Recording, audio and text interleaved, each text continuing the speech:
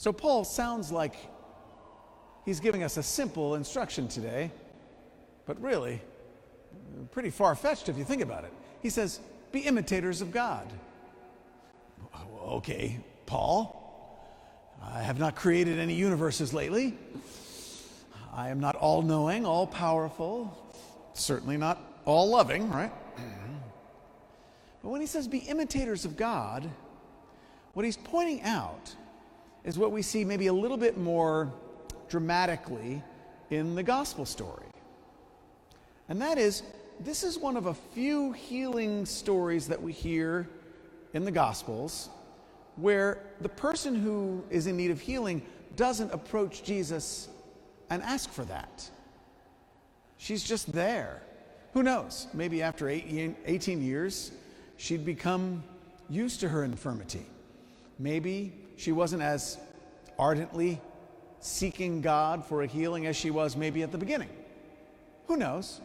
But in any case, it's just Jesus who sees her, and it says in the gospel that he is compassionate on her and tells her that she's healed.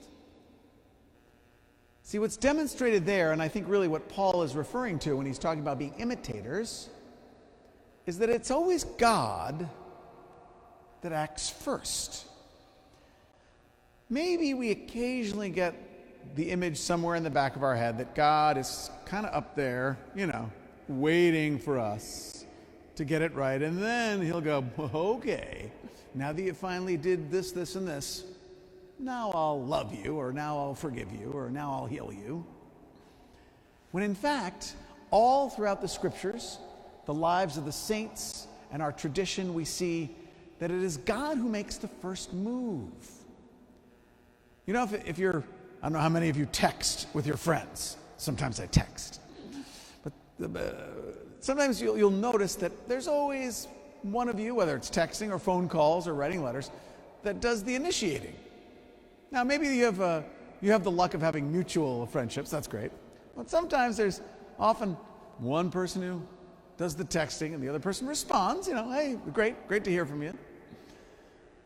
But that's really what God is demonstrating here. That even though sometimes we think, well, I got up this morning and I decided to go to church. Isn't that good for me? Now God better respond. When really, what we're doing is responding in gratitude. What St. Paul says, it might be difficult for me tonight on the radio show to take really what he says to heart. He says, no silly talk. Well, sometimes we do some silly talk on the radio. Not inappropriate or blue, but just silly.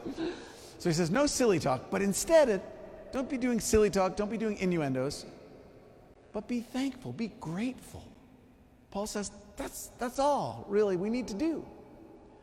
Well, we're grateful because we're responding to, we're reacting to, we're replying to, text fingers going, what God has done for us.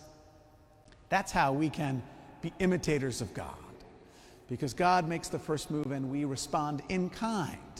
We try to be like him, as close as we can get. But the idea is that God sees us, just like Jesus seeing that woman. He sees what we need. He makes the first move in offering us mercy, forgiveness, unconditional love. And then it's our job to respond, not just to him, but respond in kind to others in our lives who also need those things. God makes the first move. Now we get to be imitators of God this week.